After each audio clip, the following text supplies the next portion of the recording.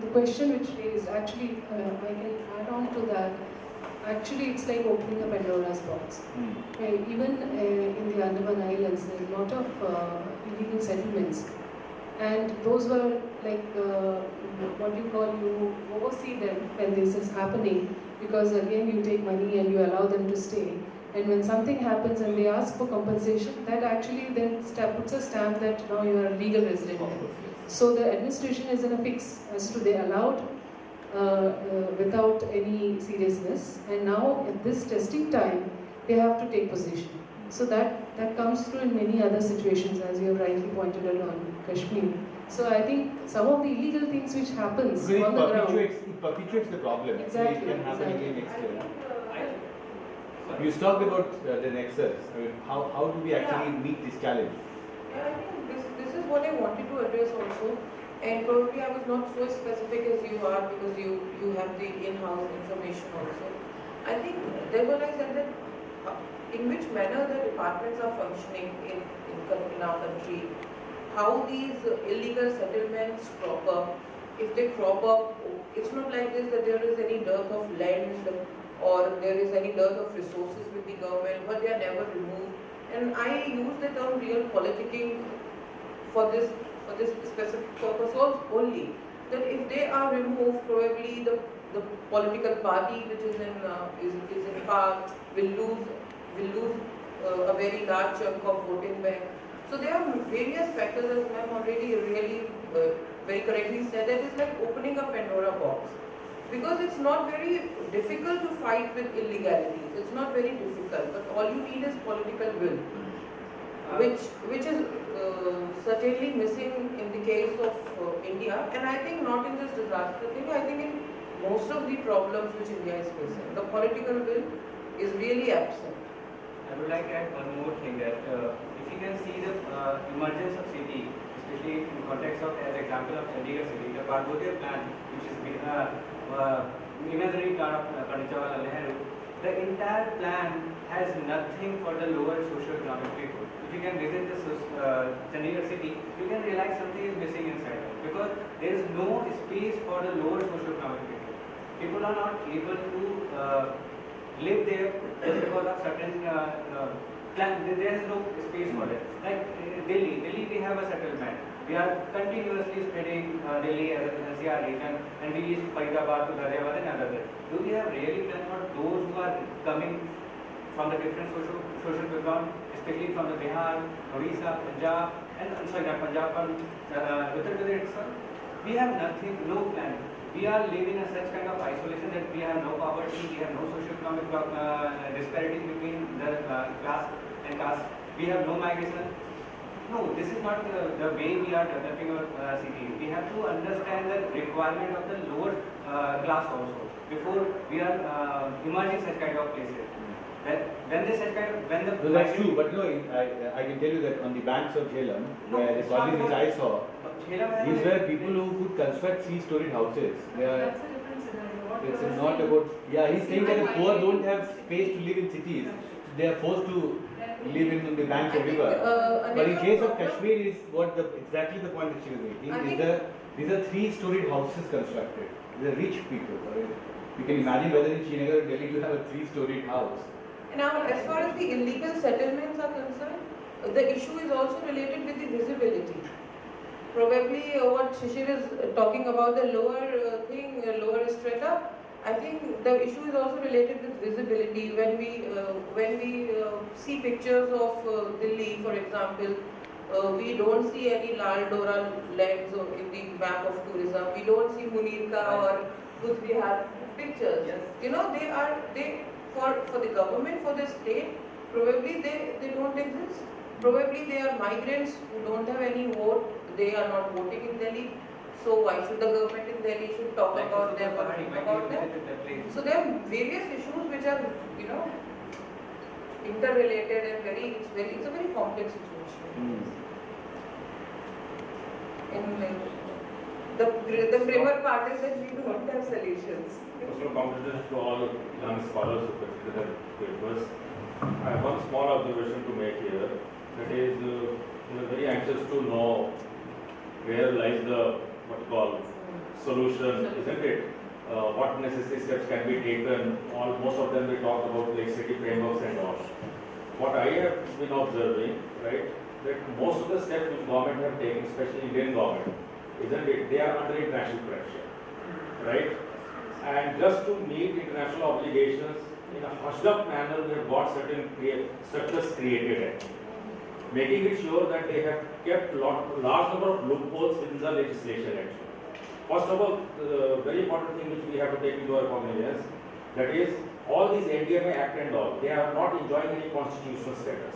They are simple statutory laws passed by the parliament, right? So question of enforceability doesn't arise at all, because there is a plethora of laws to take care of dollar problem, this problem, that problem. Exactly for disaster relief also they got a statutory bodies made, right? And enforceability big zero, right? Just in order to, whenever there is an international summit like thing likely to happen, all these officials, all these bodies, they get activated actually. Vested reasons, vested interests, they are there. I did not talk about those things. People know, I know, I have been part of certain things, right? But if you talk these things separately, certainly these things will come to the forefront actually. So as long these bodies, these acts are not given constitutional status, I think you will go on meeting in any number of conferences, seminars, think in the same state of affairs. And make the system accountable. Coming to his thing, Vinod's part actually, he was anxious to know that SC/ST Act, district, why district, they cannot be approached in the district headquarters and why they are made to go to what you call high courts and Supreme Court only. So what I understand as a teacher of political science, right? Because any matter pertaining to fundamental rights provision actually, especially discrimination, it will be very much part of that part 3, fundamental rights, etc. These fundamental rights ought to be invoked as a part of writ petitions getting filed in either the high courts of the country or Supreme Court only. So in matters of fundamental rights, district courts, they may not have a lot of jurisdiction actually.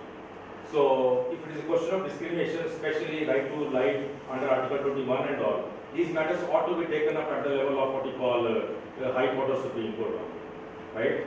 Of course, one more thing, we have to rise above certain things actually. More you can compartmentalize the things, we are making the things much more complex actually. Now imagine if it is a new case of nuclear disaster, whether it things can be stopped in the name of gender or caste or class or ethnicity or anything for that matter, not even on the basis of developed countries and developing countries. Japan had a very poor experience when they were stuck with this Fukushima incident actually. All research reports, international bodies who completed their jobs and all, they are of the clear view in a generalized manner that when it is the question of nuclear disaster, you can't make any distinction between what you call developed countries of the world and developing countries of the world. So where is the question of making decisions on the basis of caste, class, gender or something else. So we have to bear these things also into our minds when we prepare ourselves. Otherwise it was wonderful presentation on part of all these young scholars. And last thing on part of our panelists from Philippines. Sir, please. You talked about, again it was an interesting paper, female head households. Can you please tell us what would be the percentage of such households at country level actually? Or your paper was confined to one part of the Philippines? Just for my identity's sake. The many of the female-headed households actually occur because the husbands are working. So if we refer to the Hure group, that would be about 27 to 28%. No, 27 I would like to really compliment and appreciate the points which you have rightly made. When Japan is so equipped and has a culture of safety, they themselves could not contain a disaster like a nuclear disaster in their own country. We are nowhere around that. But the point, as you mentioned rightly, that all the agencies, right from NDMA till down below, at least at the level of NDMA, of course, there's no, for namesake, it's authority. So, but they don't have any powers to carry on any activities, and you're right, as long as we continue to deliberate on this, it's all a futile effort unless and until there is a strong law or legislation there. And I think, as again it was raised in a few papers, that there are many laws, but then implementation of laws is not really there, or we're not really strong on those points. We in fact had a session before in JNU to look into whether we can have a comprehensive disaster law, because there are many laws related to different sectors, and as you know, there in disaster scenario there is hardly any intersectoral coordination, and any emergency time they all come together only for a while and then again disperse back. But concerted effort to bring in the comprehensive law is best. Most of the cases, armed forces members will intervene. Yes. They intervene with the special powers. Exactly. No, and there is They always escape from the responsibilities. They will not fall in the purview of the district headquarters. true, and there's been a lot of conflict also between the state administration and the defense services. Whenever, because defense services are asked to work under the state administration, which again becomes a problem. So any disaster, wherever it happens, I have seen from my own experience, as to there's a lot of ego issues which come up, because defense services feel that they are elite and they are better institutions, and district administration feels that disaster is our area and you have to work under us. So those conflicts always come up, and that actually messes the effort. Was just invisible. The only person visible in Jammu and Kashmir when the waters entered Kashmir, Srinagar Valley, was the Chief Minister, and he used to just go and sit at the Air Force base and meet reporters there. And the 6 floors of the Secretariat, State Secretariat was underwater. So district administration melted in the water. The intensity of the There is a challenges. paper in EPW in which a resident of Srinagar has said it very clear, black and white, that the state has abandoned us. Of course. And Jammu Kashmir floods are the classic example. No of how elites. communities No, wherever we went, I used to ask people that has the DF come into the area, did the SP come, did the elites come? They say no. वो आएगा कैसे? They will be lynched. There was so much anger because the entire Srinagar city was out in not only rescuing itself but living out on the streets. I've seen thousands of families on the roads in the cities. No, I think those are very important points which are coming up, but what co-chair just now mentioned is also that there are a few states which are doing well, like Orissa, because of the super cyclone. After that, there's so much has been done. So they have a state disaster management plans in place, likewise in Gujarat. But their experience is also because they had a severe Kutch earthquake or the super cyclone. So I think it's only when you are stuck very badly that you start thinking about it, and that's quite a late. This DTM is headed by the district collector, and district collector is the sole responsible for administration, revenue, and this thing also. And you know it very well, the administration, revenue, and land order not an easy task. And the entire planning and policy, the Manrega to this midday meal is also headed by him. So in this situation, the administrative point of view, that they said that it is very difficult to implement such kind of plan which have the cyclic approach, this mitigation, prevention, preparedness, and then rescue also. So that is a complex question. Yeah, they always said that we, as an administrative officer, always stood and raised our voices in the higher authorities that this is very difficult task. But, maybe it's a more or less easy to handle in Banda district where the disaster is not coming. No, but in some areas, in UP, for example, I was talking. I'm talking about the UP experience because I'm working in Siddharthnagar district and Tarai belt of UP. So they are always saying that it's a very difficult task to manage a cyclic approach. That's why we are always weak when the disaster is come. So this is their response, then their limitation.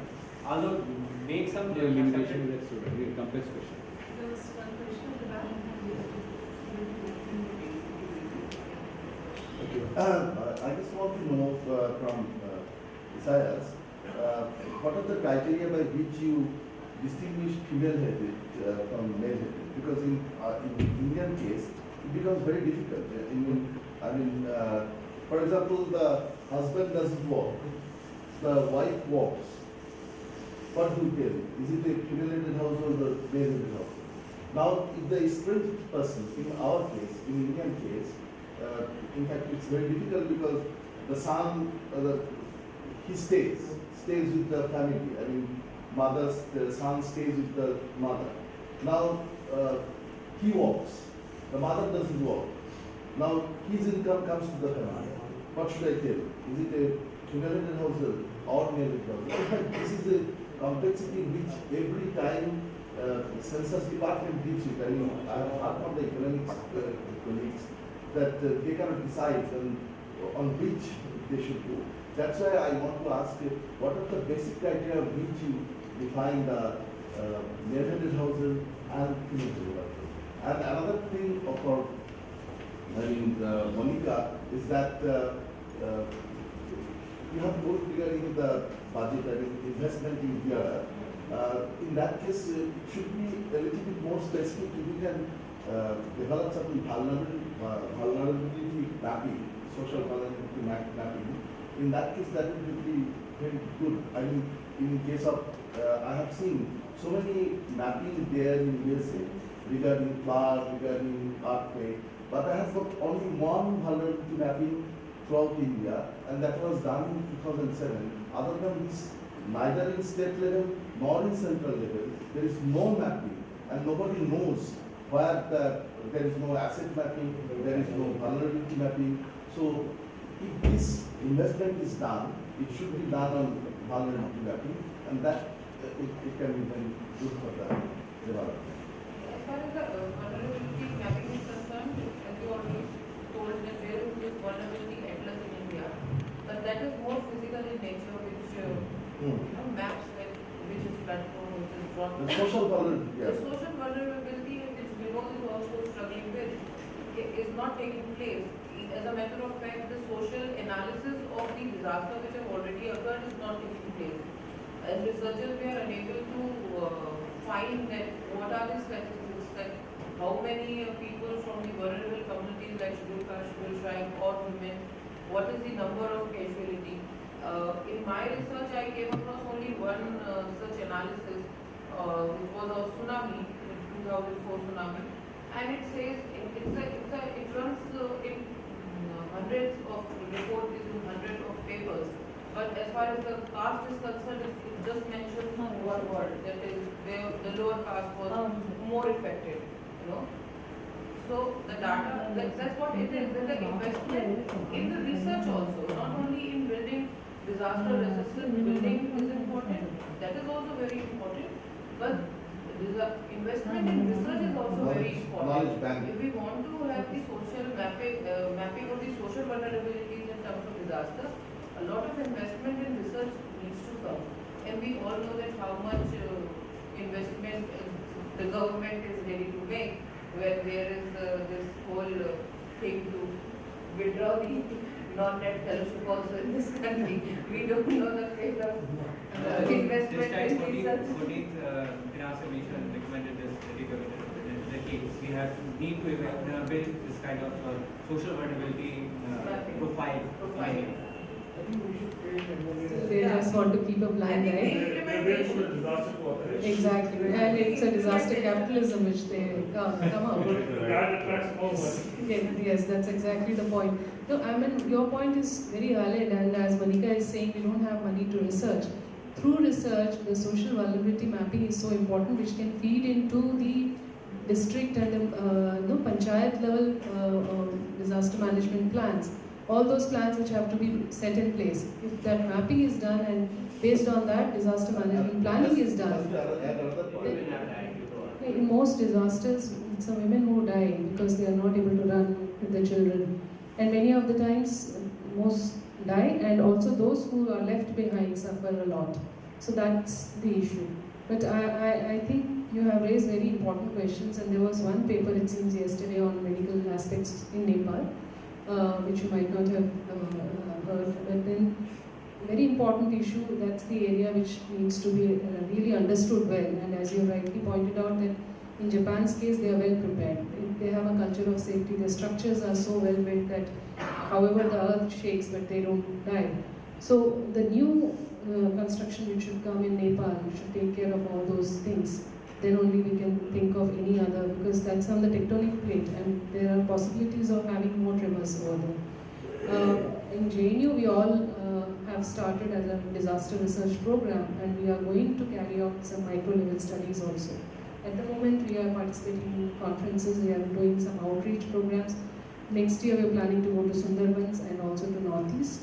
So every time we cover one area. So we are planning to do a small study on the rehabilitation in Nepal, in Uttarakhand, in Kashmir flood. So slowly we are picking up on that, and we definitely would like to have all your cooperation.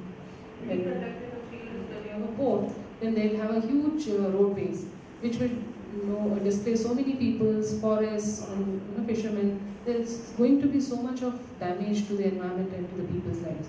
But just because there has to be a port and it will bring in what you call GDP, but then how much that GDP will flow back to those people and damage of the environment can be rebuilt is something which needs to be questioned. But again, that's the power relations which have in the society, which doesn't really happen. So there are a lot of issues which one can deliberate on this. Any other? It comes out in the public sphere, but that is a reality of the, I don't know if I can really generalize, but that is the truth. Now I'd like to take all of you to two images. One image is that of the aid workers, aid givers in Nepal. So you have Indian Army going in there, giving the food packages, you have World Aid coming from everywhere. I did not find women giving the aid anywhere. I did not see women talking to women anywhere. Even in the documentary that we had, yes, on the first day, it was a very well-made documentary as to how the government of Andhra Pradesh handled Hudhud in a great way. But I just saw one woman. There was just one woman who was there as part of the function also. She was just saying how, as administration, we managed the entire cyclone. But even in that documentary, I really did not find any of us. Now, what is the problem? I think the problem is because men don't like to take orders from women. Men can't actually come to facts that women are rational and can be in position of giving instruction or orders. Order is a wrong word. It's a very power-laden word. And it becomes very difficult to imagine women telling what should be done, because all this while, as you said, women have taken orders from men. Women have been told what we need to do.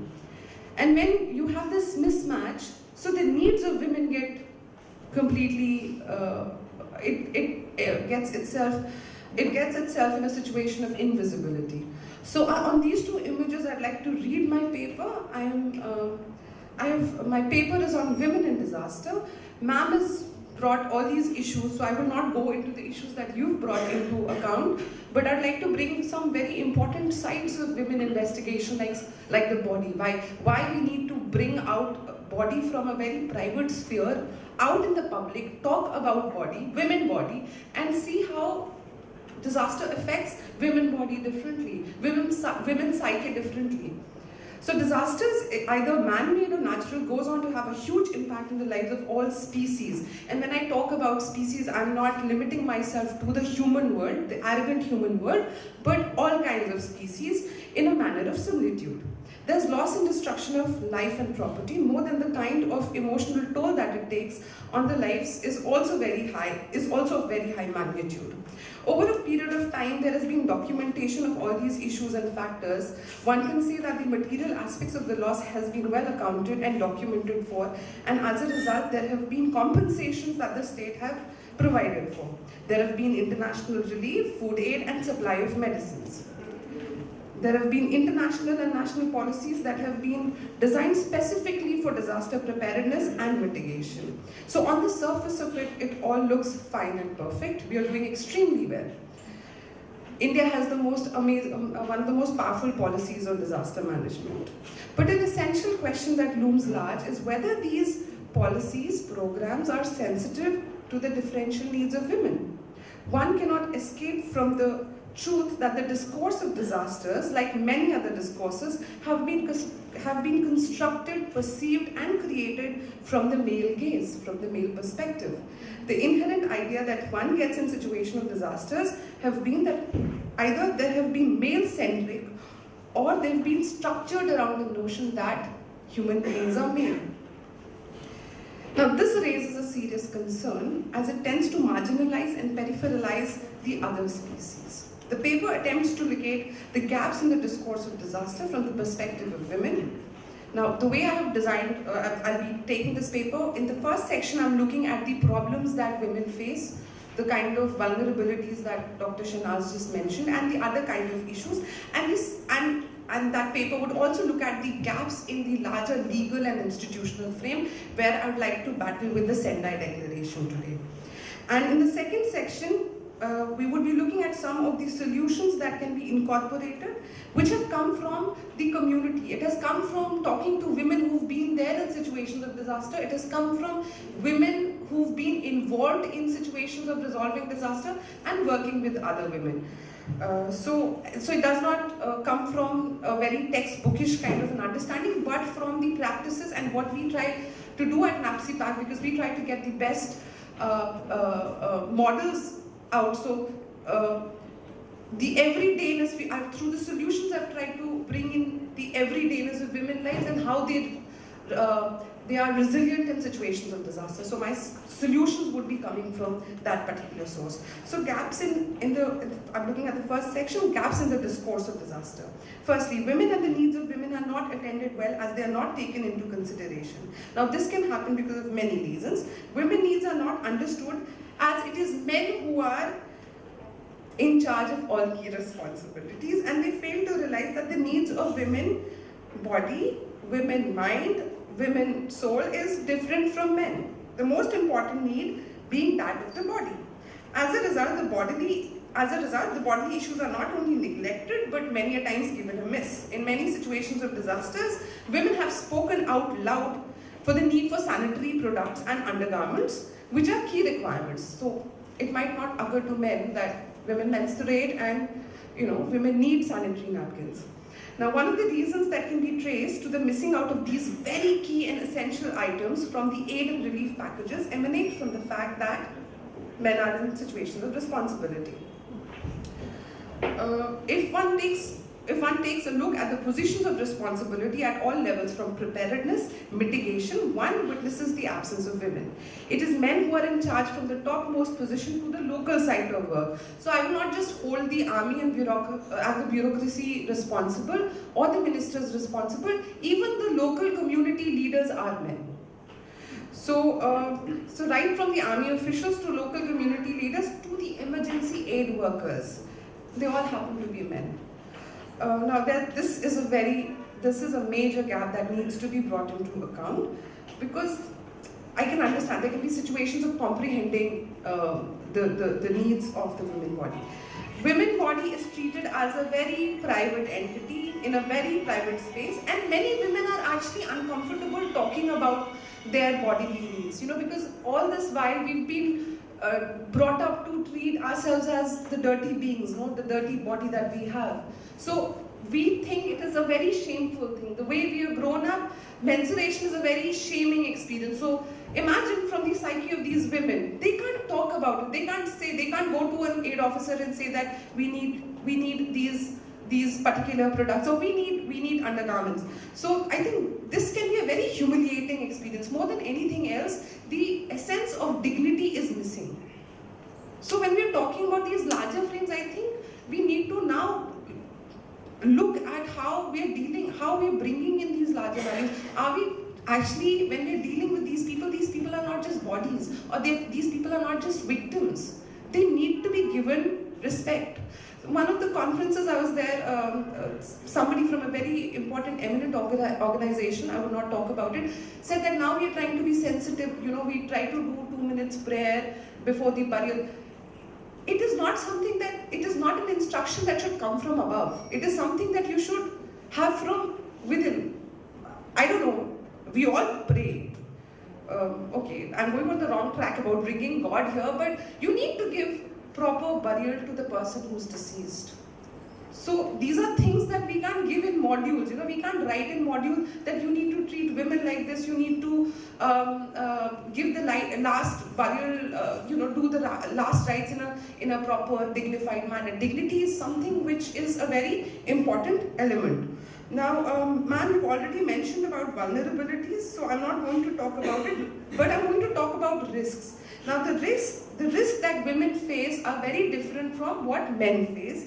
Risks cannot be understood as being homogeneous. They are of different kinds, and one needs to understand what are the kinds of risk and dangers that increases and can have a direct bearing on the lives of people. Now, one had witnessed in the case of floods in Bangladesh, large number of women were trafficked in India and were forced into flesh trade, which was also the case of Nepal, whereby a lot of young girls were trafficked in India because there are no more situations of livelihood in an element of disaster. Now, in any case of disaster, women are the worst victim. And we constantly talk about women being the victim. I think we need to bring another shift in the discourse of women. Women can no longer be treated as victims. We need to move out of the victim paradigm, and this victim paradigm can only set in if we have gender equality as the norm. Now, every model of governance, if you look at the Millennium Development Goal, you look at United Nations Statement on Sustainable Development, Inclusive Development, Human Development, each one of these declarations or idea of development have made gender parity as the foundational norm for the governance in any country. Now, if we make this as a foundational norm, that means the victim paradigm would disappear. The central of, and also like Dr. Vinay just brought in the issue of migration.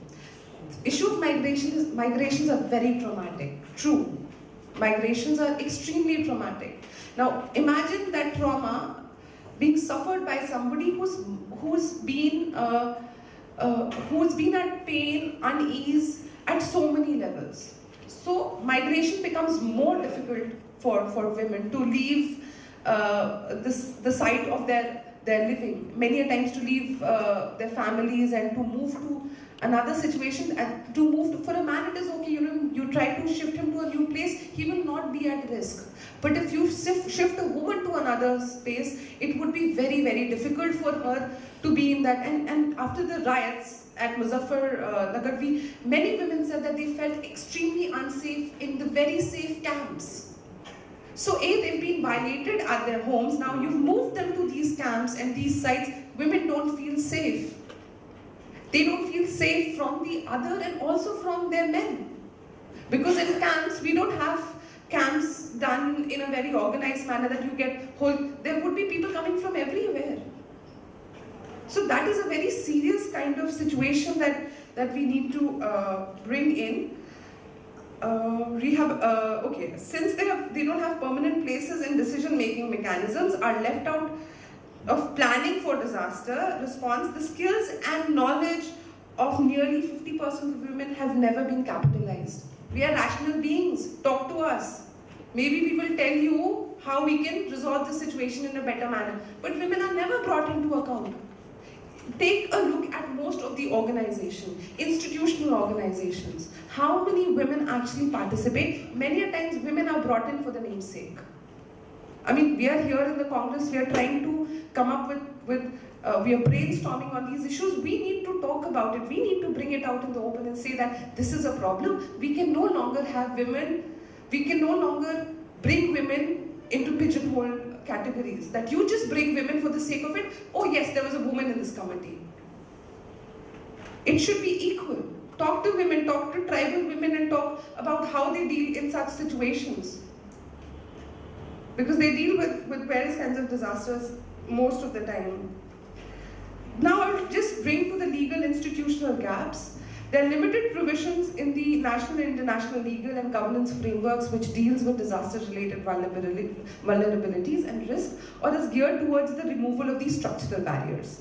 There remains a key gap in mainstreaming gender in designing, planning and resourcing disaster management. A variety of international conventions, including the Convention of Ending All Forms of Discrimination, the Beijing Declaration, as well as the Hyogo Declaration, along with the Sendai Framework, has failed to accomplish the objectives of gender parity, and their progress remains fairly limited and unsatisfactory.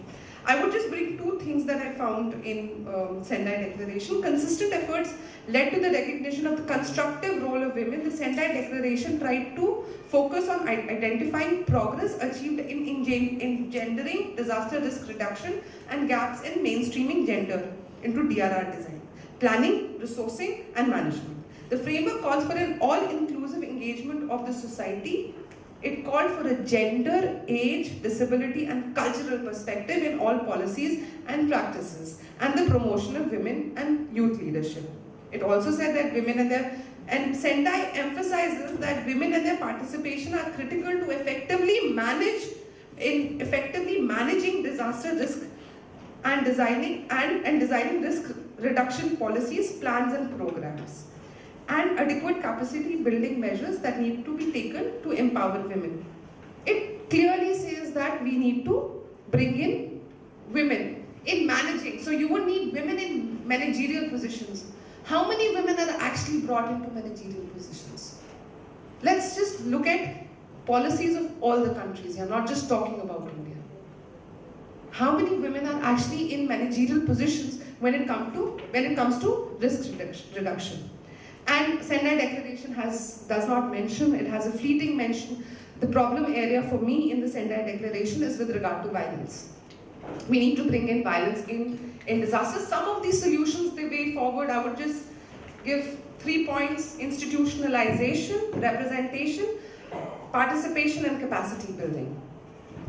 Disasters by their nature rip apart the fabric of the state, decimating social safety nets, diminishing the rule of law in the havoc that it ensures. Women therefore need to rise to the forefront in confronting these disasters. And we have had women organizations coming and working after the Gujarat earthquake. They have come up as self-help groups, they work for other women, and they have, so we can't say that we don't have models. We've had examples. It is that we need to learn, we need to talk to them, we need to know, and have a gendered perspective on disaster. Thank you so much.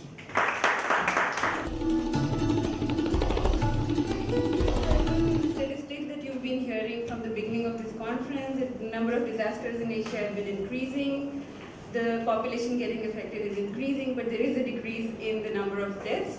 This could also be because of the reporting that's improving day by day, and earlier we did not have so much disasters being reported.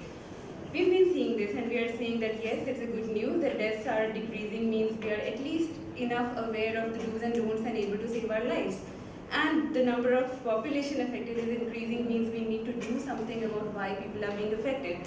What is important to see here is that we are saying all the database like MDAT, CRIT, everyone is saying population affected. They are not realizing that population affected actually comprises of men, women, boys, and girls.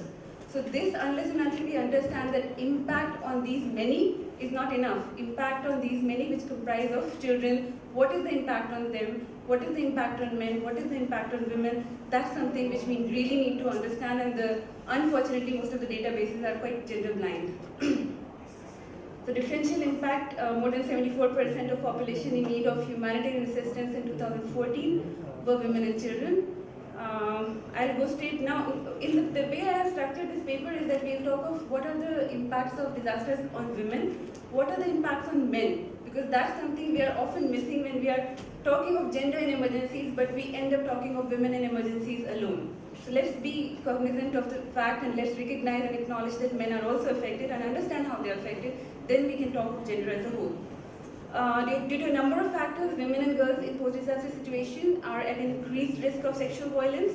One is of course that because they are in a displaced setting, they don't have a safe shelter, people can easily access their place, it's limited privacy, they are dependent on external people for aid, for basic relief assistance, for food. So when you are going to external people, they can ask for favors. So there are many factors which are making them more vulnerable. The prevalence of, because of